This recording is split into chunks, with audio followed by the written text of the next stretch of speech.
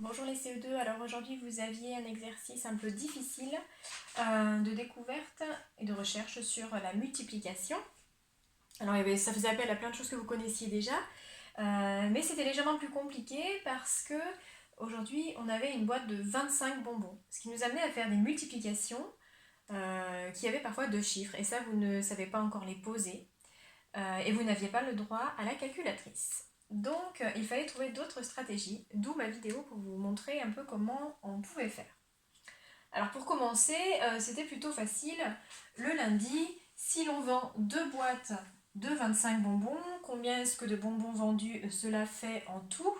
Vous aviez certainement compris qu'il s'agissait de faire du coup 2 fois 25, ou alors 25 plus 25, et que dans tous les cas, donc ça faisait 50 bonbons vendus. Pour le mardi, si l'on vend 4 boîtes, c'est-à-dire 4 fois 25. 4 fois 25, c'est 25 plus 25, plus 25 plus 25. Peut-être que certains le connaissent directement, ce résultat, c'est 100. Peut-être que certains se sont aussi aidés de ce que l'on a trouvé tout à l'heure. Tout à l'heure, on savait déjà que 2 boîtes, ça faisait 50. Donc 4 boîtes, qui est le double, ça va faire le double de bonbons. Pour mercredi, 10 boîtes, c'est-à-dire 10 fois 25 bonbons. Multiplication par 10, on connaît, donc là normalement, aucun souci pour trouver 250 bonbons en tout. Là où ça se complique grandement, c'est jeudi et vendredi. Alors pourquoi ça se complique? Parce que 12 boîtes, c'est-à-dire je vais avoir 12 fois 25 bonbons. Et ça paraît un petit peu plus compliqué. Mais totalement réalisable. 12 fois 25, on pouvait se servir de ce que l'on connaissait juste avant. Ça nous aidait beaucoup. On sait déjà que 10 fois 25, ça fait 250. Nous, on ne veut pas 10 fois 25, on veut 12 fois 25. Alors c'est un petit peu plus. C'est combien de plus d'ailleurs? C'est seulement 2 boîtes de plus. 2 boîtes de 25 bonbons en plus. Donc je sais que ce 12 fois 25, on pourrait faire en fait le 12, c'est d'abord 10 fois 25, d'accord, dont le résultat est connu, donc je n'ai pas grand chose à calculer. Et puis 10 fois 25, c'est pas suffisant, il va me manquer du coup encore 2 boîtes, 2 fois 25 bonbons. Et ce résultat, non seulement il est facile à calculer, mais en plus on l'a déjà ici, ça représente 50 bonbons.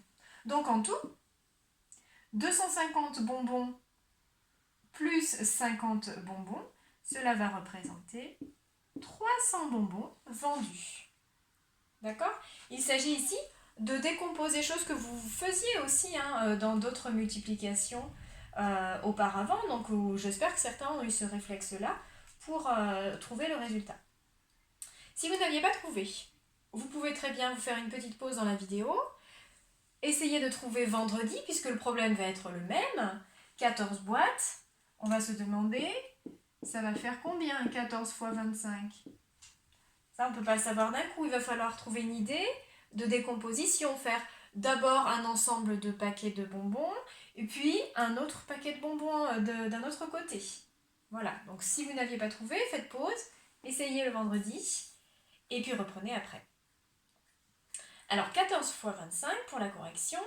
Voici comment on pouvait s'y prendre. Il y avait plusieurs stratégies possibles. On pouvait faire, je vous en présente une d'abord et puis après l'autre. 14 fois 25,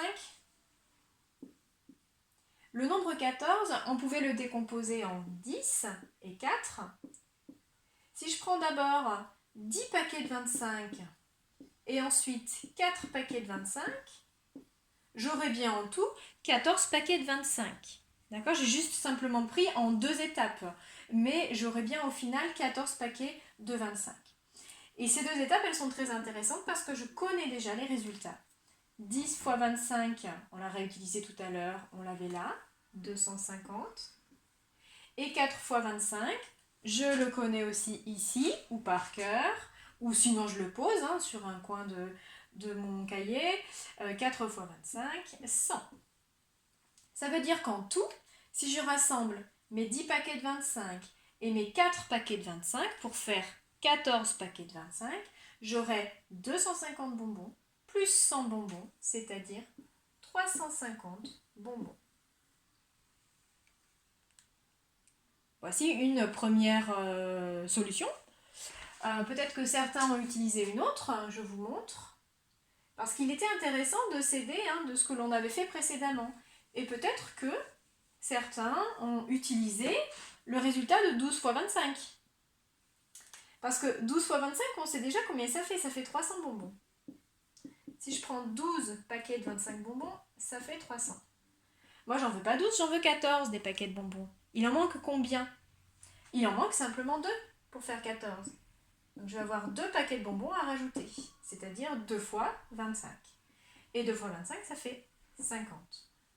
En tout, mes 12 paquets plus mes 2 paquets, ça va bien faire 14 paquets. Je vais avoir 350 bonbons, le même résultat que tout à l'heure. Donc voilà, il y avait plusieurs stratégies. L'idée qu'il faut absolument retenir, c'est que quand on a une multiplication comme ça qui a des nombres qui sont grands, notamment avec 2 chiffres de part et d'autre, pensez à décomposer en faisant plusieurs étapes. Et les étapes, il y a toujours une étape qui est plutôt facile parce que ça va être un nombre rond de dizaines et on sait faire. Et puis n'oubliez pas de vous servir des résultats précédents dans les exercices. Vous allez le voir dans le restant de la fiche. Ça aussi, il fallait y penser. D'ailleurs, on va continuer pour le restant de la fiche.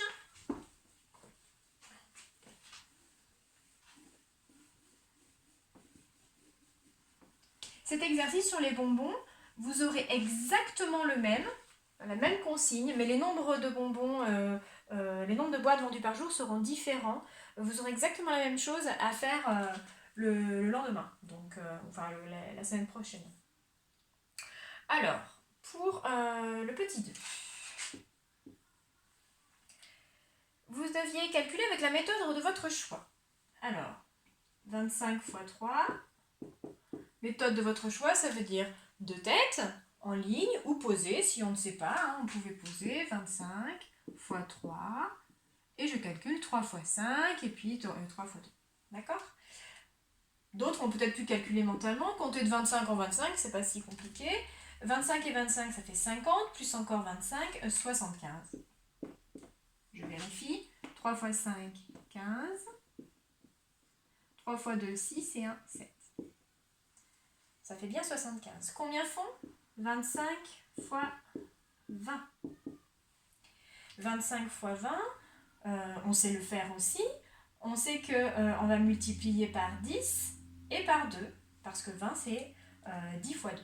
Donc 25 x 2, je peux commencer par 25 x 2. 25 x 2, ça fait 50.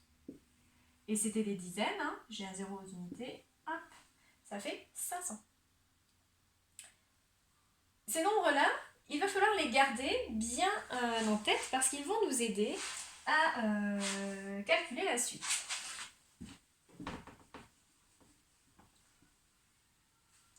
Vous avez dans l'exercice 3 des calculs comme 25 x 21. Retenez ce que je vous ai dit tout à l'heure dans l'exercice 1. Quand on a deux nombres, c'est assez grand, on ne sait pas poser ce genre de choses. Donc là, on va décomposer intelligemment en se servant de ce que l'on connaît au-dessus. On connaît le résultat de 25 x 3. Bon, ça n'a pas l'air de nous intéresser beaucoup ici. On connaît le résultat de 25 x 20. Ah, ça peut nous intéresser. Parce que dans 21, il y a 20. Alors, ce que je peux faire, c'est que 25 fois le nombre 21, c'est 25 fois le nombre 20, d'un côté. Et bien sûr, il va me manquer un nombre, parce que là, j'avais 25 fois 21, et là, je l'ai pris que 20 fois. Donc, il va me manquer une fois. 25 fois 20, je connais, c'est 500.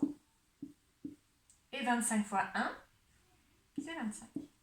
Donc, en tout, si je veux savoir le résultat de 25 fois 21, il faut que je remette ensemble 25 fois 20 et 25 fois 1 pour que j'ai bien la totalité, c'est-à-dire 500 plus 25 est égal à 525.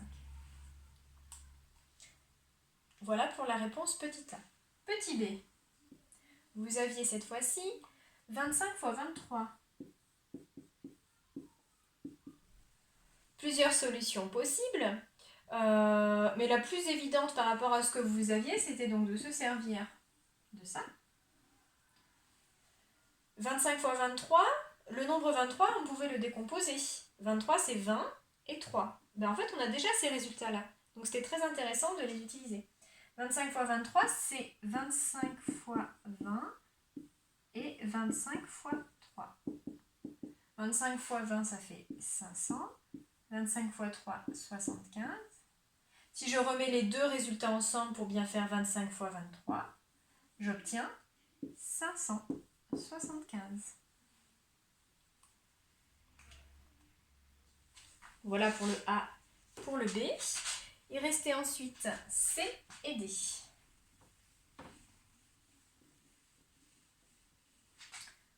Pour le petit C, on vous demandait 25 fois 40.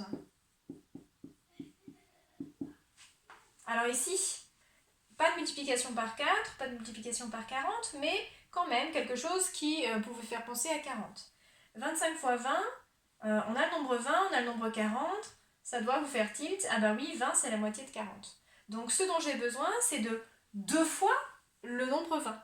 Parce que 20 plus 20, ça fait 40. Donc voici comment on pouvait trouver la solution. Si je fais 25 fois 20 et encore 25 fois 20, j'aurai bien en tout 40 fois 25 et j'aurai mon résultat. Mince, pardon, je n'ai pas mis les résultats intermédiaires. 25 fois 20, ça fait 500. Donc 25 fois 20 et encore 25 fois 20, ça fera bien 25 fois 40 en tout. Cela fera 1000. Et enfin pour le D, 25 fois 43. On a dit qu'il fallait bien penser à utiliser les résultats intermédiaires. Les nombres ne sont pas choisis au hasard. 25 fois 43, on vient de faire 25 fois 40. Et on avait calculé tout à l'heure 25 fois 3. Donc, si on décompose le nombre 43, cela paraît assez simple de trouver la réponse. Parce que évidemment, on pourrait choisir de décomposer le nombre 25. On pourrait très bien faire 20 fois 43, et puis ensuite 5 fois 43. Calculer ces deux étapes intermédiaires et trouver le résultat, on trouverait exactement la même chose. Pourquoi est-ce qu'ici, ce n'est pas le nombre 25 que l'on décompose, mais le nombre 43? Tout simplement parce qu'on a déjà des éléments de réponse qui vont nous faciliter la tâche. D'accord? Donc, quand on doit décomposer un nombre, eh bien, on peut choisir l'un ou l'autre. On choisit celui qui est le plus pratique. Ici, donc, c'était le 43. 25 fois 40, et puis, il restera 25 fois 3. 25 fois 40, on a la réponse ici, 1000. Et 25 fois 3, on l'a calculé tout à l'heure, 75. En tout,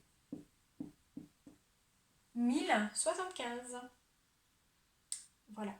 Donc ces étapes-là, elles sont vraiment nécessaires pour, on va dire, comprendre le sens de la multiplication.